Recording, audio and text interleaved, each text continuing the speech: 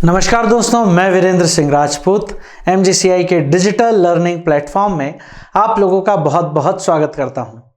तो दोस्तों, आज हम लोग फिजिक्स के चैप्टर कार्य, ऊर्जा और शक्ति के नए वीडियो लेक्चर को लेकर आए हैं। इस वीडियो लेक्चर में आज हम एक बहुत ही महत्वपूर्ण प्रमेय पढ़ेंगे जिसका नाम है कार्य ऊर्जा प्रमेय। सर, ये जो कार्य ऊर्जा प्रमेय है क्या होती है और कहां कहां काम आती है? तो बेटा, ये जो कार्य ऊर्जा प्रमेय है, ये कार्य और ऊर्जा के विषय में एक बहुत ही महत्वपूर्ण संबंध है, बहुत ही महत्वपूर्ण एक कॉन्सेप्ट है जो आपको लगभग हर जगह देखने को मिल जाएगा। हर चैप्टर में, लगभग हर दूसरे चैप्टर में इसका आपको जरूर एग्जाम्पल देखने को मिलेगा। मतलब ये हर दूसरे चैप्टर में आपको काम आने वाली प्रमेय है। ठीक है, कई सारे चैप्टर्स में काम आती है। कार्य ऊर्जा प्रमेय क्या है क्या बेटा? तो बहुत ही सिंपल है। जो कुल कार्य होता है, ठीक है, अलग अलग बलों के द्वारा किया गया कुल कार्य, वो गतिज ऊर्जा में परिवर्तन के बराबर होता है। मतलब किसी भी घटना में किया गया जो कुल कार्य होगा, नेट W, वो चेंज इन काइनेटिक एनर्जी यानी कुल गतिज ऊर्जा में होने वाले परिवर्तन के बराबर होगा। अब सर, ये कौन कौन सा कार्य हो सकता है? कोई भी एक कार्य हो सकता है। ठीक है, हम अगर देखें तो work done by conservative force, यानी सर कि संरक्षी बल द्वारा किया गया कार्य। Work done by non conservative force, यानी असंरक्षी बल द्वारा किया गया कार्य। और work done by external force, ठीक है, बाह्य बल द्वारा किया गया कार्य। अब ये बाह्य बल भी कई प्रकार के हो सकते हैं। आप बाहर से लगाने वाला बल ही बाह्य बल नहीं, हम इसके स्थान पर सर दूसरे बल जैसे तनाव बल है, ठीक है, अभिलंब प्रतिक्रिया बल है, ये भी हम इसी में काउंट कर लेंगे। और गतिज ऊर्जा में जो परिवर्तन है बेटा, इसको डेल्टा KE से हम लोग दर्शाते हैं।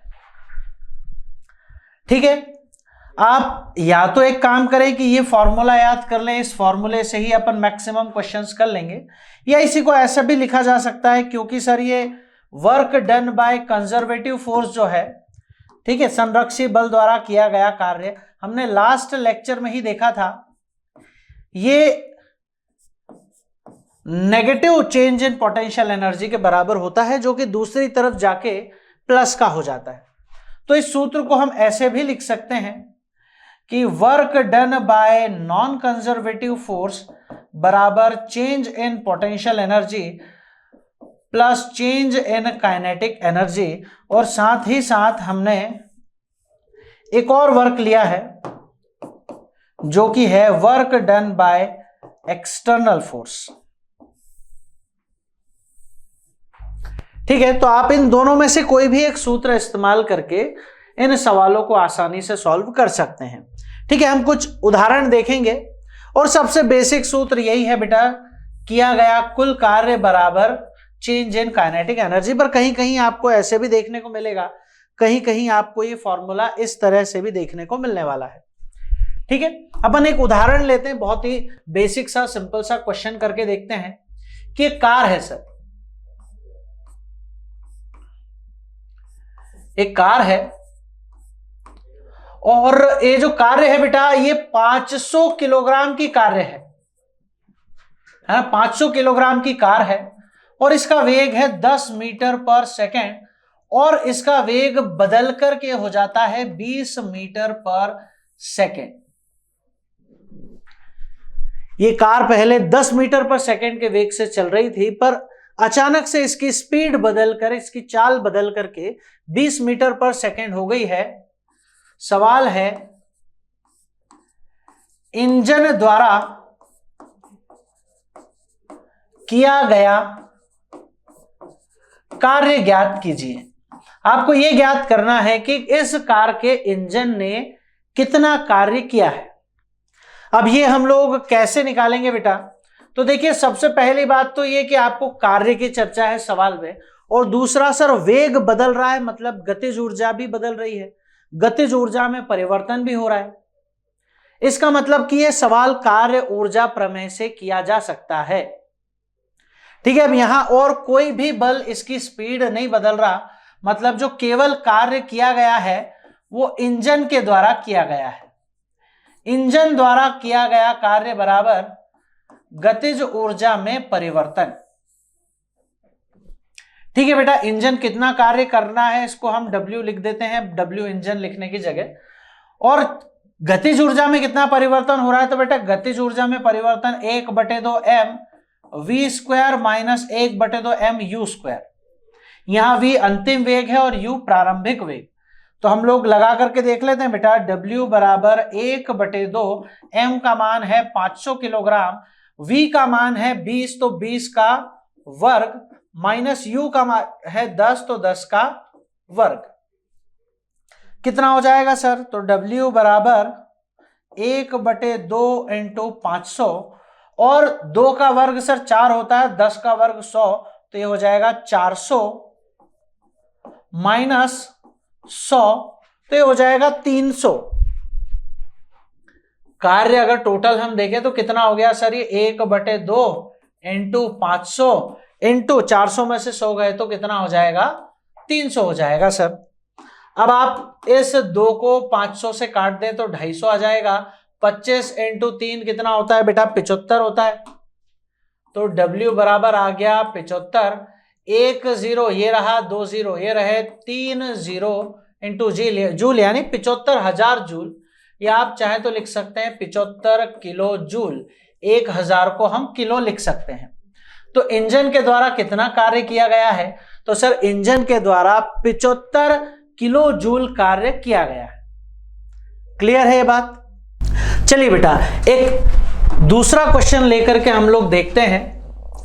सवाल देखिएगा कि एक हमारे पास बुलेट थी, एक गोली थी जो 500 मीटर प्रति सेकंड की स्पीड से जा रही है, क्योंकि बुलेट है ना, कार से तो ज्यादा ही स्पीड होगी इसकी।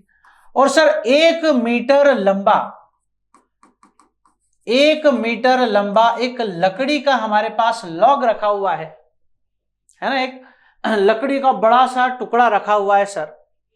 और 1 मीटर लंबाई की दूरी चलने के बाद जब ये बुलेट बाहर निकलती है यहां से, तो इसका जो वेग होता है बेटा वो होता है 200 मीटर पर सेकेंड। क्या बात समझ में आ रही है? सवाल में पूछ रहा है कि ये जो लकड़ी है, लकड़ी द्वारा किया गया कार्य, ये जो लकड़ी है इसने इस बुलेट को रोकने के लिए जो कार्य किया है वो कितना किया है। अब देखिए बुलेट की स्पीड बदल रही है, 500 से 200 मीटर पर सेकेंड हो गई है। मान लीजिए बुलेट का जो वेट है 100 ग्राम है, 0.1 kg है ना, 100 ग्राम मतलब 0.1 kg। तो सर 100 ग्राम की बुलेट है और जाके इस बॉक्स से, इस लकड़ी के बड़े से टुकड़े से टकरा रही है, तो ये लकड़ी का जो टुकड़ा है इस बुलेट की स्पीड को कम करने वाला है। और बुलेट की स्पीड को कम कर रहा है यानी बुलेट की स्पीड बदल रहा है, मतलब गतिज ऊर्जा बदल रहा है, और उसमें कार्य कर रहा है। तो सर कार्य और गतिज ऊर्जा दोनों की बात है, तो इसलिए हमें कार्य ऊर्जा प्रमेय लगानी पड़ेगी। ठीक है, जो प्रतिरोध बल है इस लकड़ी के द्वारा, प्रतिरोध बल द्वारा किया गया कार्य, तो मैं इसको लॉग लकड़ी ही लिख देता हूं कि यह लकड़ी के द्वारा किया गया कार्य है। ये कितना है? तो ये चेंज इन काइनेटिक एनर्जी यानी गतिज ऊर्जा में परिवर्तन के बराबर होगा। देखिए लकड़ी के द्वारा किया गया कार्य हमको निकालना है, तो W तो हमको निकालना है, गतिज ऊर्जा में परिवर्तन निकालना है। कितना होगा sir? 1/2 m v square minus u square. W बराबर 1/2, m का मान है 0.1, v स्क्वायर यानी बाद में जो वेग है तो 2 का वर्ग 4 और 2 0 का वर्ग 4 0, माइनस u स्क्वायर जो पहले वेग था 500, तो 5 का वर्ग 25 और 2 0 का वर्ग 4 0। ठीक है, तो ये आ गया सर। आगे इसको सॉल्व किया जाए तो देखिए यहां 10 की घात 4 बाहर निकाली जा सकती है, तो यहां आ जाएगा 1/2 इंटू 0.1 इंटू 10 की घात 4। अंदर क्या होगा बेटा, 4 माइनस 25 यानी माइनस का 21। आप 0.1 का गुणा जब 10 की घात 4 में करेंगे तो आएगा 1000, तो यहां आ जाएगा W बराबर 1000/2 और 4 में से 25 गए तो आ जाएगा माइनस का 21। ये हो जाएगा 500 इंटू माइनस का 21, या 5 का गुणा 1 में करेंगे 5 आएगा और 2 में करेंगे 10 आएगा, 2 0 एज इट इज, तो किया गया कार्य हो जाएगा इतने जूल का, 10,500 जूल या 100 या 10.5 किलो जूल। ठीक है, दोनों ही ऑप्शंस आपके सही है, क्योंकि ये प्रतिरोध बल द्वारा किया गया कार्य है तो इसकी दिशा विपरीत ही होगी। क्लियर है बेटा? चलिए बेटा एक और क्वेश्चन हम करके देखते हैं। इस क्वेश्चन को आप समझिए कि विस्थापन समीकरण आपको किसी कण का दिया हुआ है, विस्थापन समीकरण। तो क्या है विस्थापन समीकरण? x बराबर 3t² + 2, ये विस्थापन समीकरण दिया हुआ है 3 सेकंड में। क्योंकि हमको विस्थापन का समीकरण दिया है तो उस 3 सेकंड में बल द्वारा किया गया कार्य आपको निकालना है ना। जो भी बल इसके ऊपर लग रहा है जिसकी वजह से इसमें इतना विस्थापन हो रहा है, वो कितना कार्य कर रहा है वो बल। तो सबसे पहली बात तो किया गया कार्य अगर मुझे निकालना है बेटा, तो कार्य ऊर्जा प्रमेय लगानी पड़ेगी, 12 mv² - u²। ठीक है, यानी शुरुआत में जब हम लोगों ने स्टार्टिंग की थी उस समय कितना वेग था, वो प्रारंभिक वेग u हो गया, और बाद का जो वेग है वो 3 सेकंड वाला वेग, वो कितना हो जाएगा, v हो जाएगा। तो कैसे किया जाएगा बेटा इस सवाल को? सबसे पहला काम तो आप ये समझें कि बल द्वारा किया गया कार्य अगर मुझे निकालना है तो पहले मैं विस्थापन समीकरण से वेग समीकरण लिख लूंगा, 3t² + 2, ये समीकरण नंबर 1 है। इससे अगर मैं वेग निकालूं dx/dt से तो यह आ जाएगा 6t + 0, यानी वेग v बराबर आ जाएगा 6t। ये वेग समीकरण है बेटा, समीकरण नंबर 2। अब इसी से ही हम अगर प्रारंभ में देखें, प्रारंभिक वेग यानी v1 अगर हम निकालें तो v1 कितना हो जाएगा बेटा, 6 × 0। प्रारंभ में तो वेग 0 ही था, है ना, समय 0 था शुरू में, तो वेग कितना हो गया सर, 0 हो गया, इसी को हम u बोलते हैं। और बाद में जो वेग है बेटा यानी 3 सेकंड के बाद, तो यहां 3 आ जाएगा, 6 × 3 हो जाएगा 18, और ये हमारा अंतिम वेग v हो जाएगा। द्रव्यमान हमको लेट से कि सवाल में दिया हुआ है कि मास = 2 किलोग्राम, है ना, जो कि बहुत सिंपल है। कण का द्रव्यमान भी हमको देके रखा हुआ है, तो अब गतिज ऊर्जा निकालना बहुत मुश्किल नहीं है। अतः गतिज ऊर्जा का जो सूत्र हम लोग लिखेंगे 1/2, m का मान 2, v² - u²। तो सर v का स्क्वायर यानी 18 का स्क्वायर, 18 का स्क्वायर माइनस 0 का स्क्वायर, तो W बराबर सर ये 2 से 2 कट जाएगा, हमारे पास आ जाएगा सिर्फ 18 का स्क्वायर।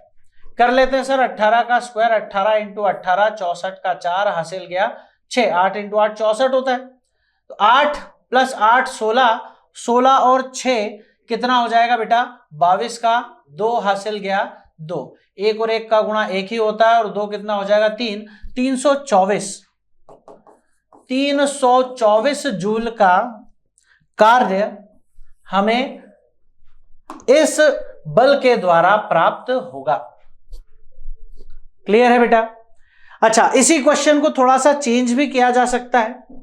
सेम इसी तरह का एक और क्वेश्चन लेते हैं, लेकिन 3 सेकंड नहीं। इस सवाल में मैंने लिख दिया कि विस्थापन है x बराबर कितना, x बराबर मान लीजिए 3t² + 2। सेम वही समीकरण, ये विस्थापन है, विस्थापन का समीकरण। तो t बराबर 1 सेकंड से t बराबर 3 सेकंड तक किया गया कार्य आपको ज्ञात करना है यदि वस्तु का द्रव्यमान दे रखा है 4 किलोग्राम। सवाल उसी तरह का है बेटा, पूरा क्वेश्चन मैंने एज इट इज नहीं लिखा है। जैसे यहां लिखा है कि विस्थापन समीकरण है 3 सेकंड में किया गया कार्य, यहां लिखा है 1 सेकंड से 3 सेकंड तक किया गया कार्य। तो सेम हम काम वही करने वाले हैं। सबसे पहले जैसे हमें विस्थापन समीकरण दे रखा है 3t² + 2, इससे वेग समीकरण निकाल लेंगे 6t, है ना, जैसे पिछले सवाल में अपन ने किया था। ये पहला समीकरण, ये दूसरा समीकरण। अब अगर हम पहला वेग निकालें तो v1 कब है, जब 1 सेकंड हो चुका है तब, यानी 6 × 1 कितना हो जाएगा बेटा 6। v2 कब हम लोग निकालेंगे, जब t का मान 3 था, तो 6 × 3 यानी कितना हो जाएगा 18। तो जो किया गया कार्य होगा w, ये आ जाएगा 1/2 mv² - u²। ठीक है, यहां हम लोग मान रखेंगे सर w बराबर 1/2 m का मान आ गया 4, v का स्क्वायर मतलब सर ये 18 का स्क्वायर हो जाएगा, 18 का स्क्वायर माइनस u का स्क्वायर मतलब सर 6 का स्क्वायर। ठीक है, अब क्लियरली आपको समझ में आता होगा, यहां पे कट जाएगा, 2 ही बचने वाला है, 2 से 4 कटने वाला है। ठीक है, 18 और 6 में से आप चाहें तो 6 को कॉमन निकाल लें, 6 का स्क्वायर, तो 6 का स्क्वायर कॉमन चला जाएगा बेटा। यहां क्या चला जाएगा, 18 / 6 मतलब 3, तो यहां रह जाएगा 3 का स्क्वायर। ठीक है, यहां से 6 का भाग चला जाएगा, बचेगा 1, तो यहां आ जाएगा 1 का स्क्वायर। ठीक है, तो कितना हो जाएगा सर w बराबर 2, यहां आ जाएगा 36, 3 का वर्ग 9 - 1 8, तो कितना आ जाएगा, ये आ गया 2, 8 × 48 का 8 हासिल गया 4, 8 16 24 और 4, 24 और 4 कितने होते हैं बेटा 24, 24 और 4 हो जाएगा 28, तो ये आ जाएगा सर 228। 8 16 24, हाँ बिल्कुल ठीक है बेटा, है ना। 8 × 48 का 8 हासिल गया 4, 8 16 24, 24 और 4 28। ठीक है, अब 2 का मैं गुणा कर दूंगा, 6 आ जाएगा, कैरी का 1, तो 16 और 1 7 17, 17 का 7 हासिल गया 1, 4 और 1 5, 576 जूल का कार्य हमें प्राप्त हो रहा है। ठीक है बेटा, कैलकुलेशन आप जरूरी नहीं ऐसा करें, ऐसे भी आप कर सकते हैं जैसे हमने यहां किया था।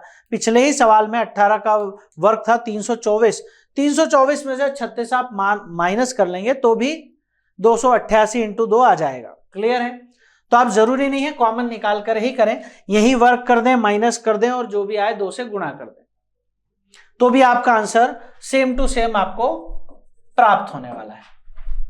क्लियर है बेटा? चलिए एक और क्वेश्चन करके देखते हैं बेटा, बहुत ही फेमस क्वेश्चन है ना। इस तरह के क्वेश्चन आपको देखने को मिलेंगे, जितने भी क्वेश्चन अभी तक मैंने किए हैं सारे क्वेश्चन आपको देखने को मिल सकते हैं। देखिए, आप एक बॉल लेते हैं और इसको आपने फेंका है सर 14 मीटर/सेकंड की स्पीड से, और 14 मीटर/सेकंड की स्पीड की वजह से ये सर 8 मीटर की दूरी तय करके रुक जाएगा और वापस वहां से रिटर्न आ जाएगा। ठीक है, तो 14 मीटर/सेकंड के वेग से हमने इसको फेंका है, 8 मीटर की दूरी तय करके वापस आ गया है। तो जब ये ऊपर जा रहा था तो वायु ने सर इसके रास्ते में रुकावट डाली थी, एयर ड्रैग।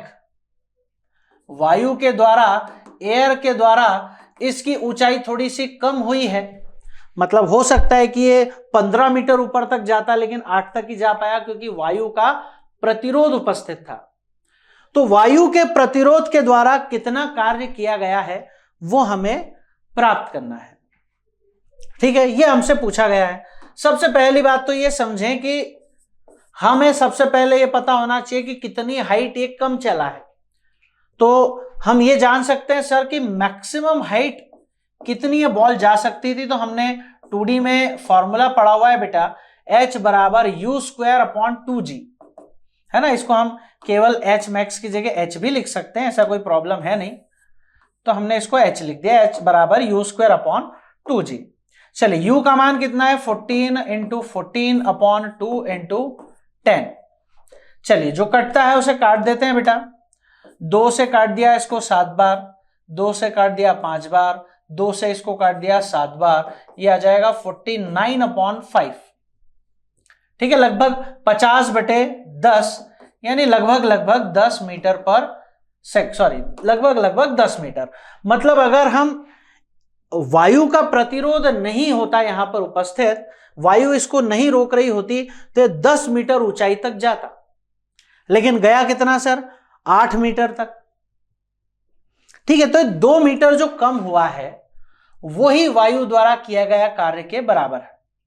तो अगर मैं अब यहां पर ये वायु के प्रतिरोध द्वारा किया गया कार्य निकालूं तो आ जाएगा mg, और हाइट, कौन सी हाइट बेटा, जो हाइट बॉल ने चली है वो, या टोटल हाइट, नहीं बेटा, उनका अंतर h - h। ये जो 2 मीटर की हाइट कम चली है, तो इसको कम चलाने में किया गया कार्य वायु के द्वारा है। तो मैं इसको अगर बराबर कर देता हूं mg h - h के, तो आपको क्लैरिटी मिल जाएगी कितना कार्य वायु द्वारा किया गया है। m जो है द्रव्यमान, तो द्रव्यमान हम लोग कुछ भी इसका ले सकते हैं। लेट्स से अपन ने 0.5 kg ले लिया है कि हाँ ये जो बॉल है इसका मास है 0.5 kg। तो अब कार्य के लिए सबसे पहले तो द्रव्यमान चाहिए सर 0.5 यानी 1/2, g का मान सर 10 है, और h - h मतलब सर 10 - 8 यानी कि 2। तो 2 से 2 कटने वाला है बेटा, 10 जूल हमारा आंसर होगा। वायु द्वारा कितना कार्य किया गया है बॉल को रोकने में, तो वायु के द्वारा बॉल को रोकने में 10 जूल का कार्य करना पड़ा है। चलिए बेटा एक और क्वेश्चन हम लोग सॉल्व करके देखते हैं। सवाल है हमारे पास सर 5 किलोग्राम द्रव्यमान की एक बॉल है, 5 किलोग्राम द्रव्यमान की बॉल, इसको हमने ड्रॉप किया है सर। ड्रॉप किया है मतलब इसका प्रारंभिक वेग 0 ही है, छोड़ा है इसको, और जब ये सर 20 मीटर की दूरी तय कर लेती है तो इसकी जो स्पीड है वो 10 मीटर पर सेकेंड हो जाती है। आपसे पूछा जा रहा है कि गुरुत्वीय बल द्वारा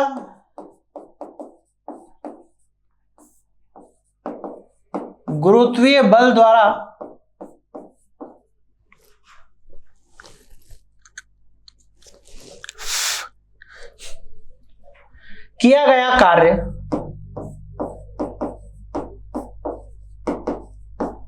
और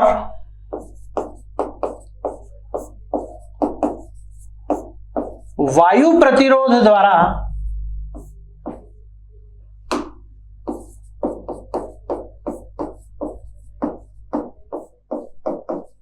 किया गया कार्य ज्ञात कीजिए। यह आपका सवाल है। अब कैसे आप इसको सॉल्व करने वाले हैं, देखिए ध्यान से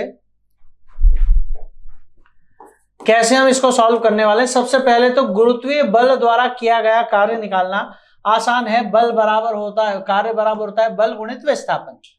तो देखिए यहां बल अपना है mg, क्योंकि सर 5 किलोग्राम का द्रव्यमान है तो 5g का मान 10, और जो दूरी इसने चली है वो है सर 20।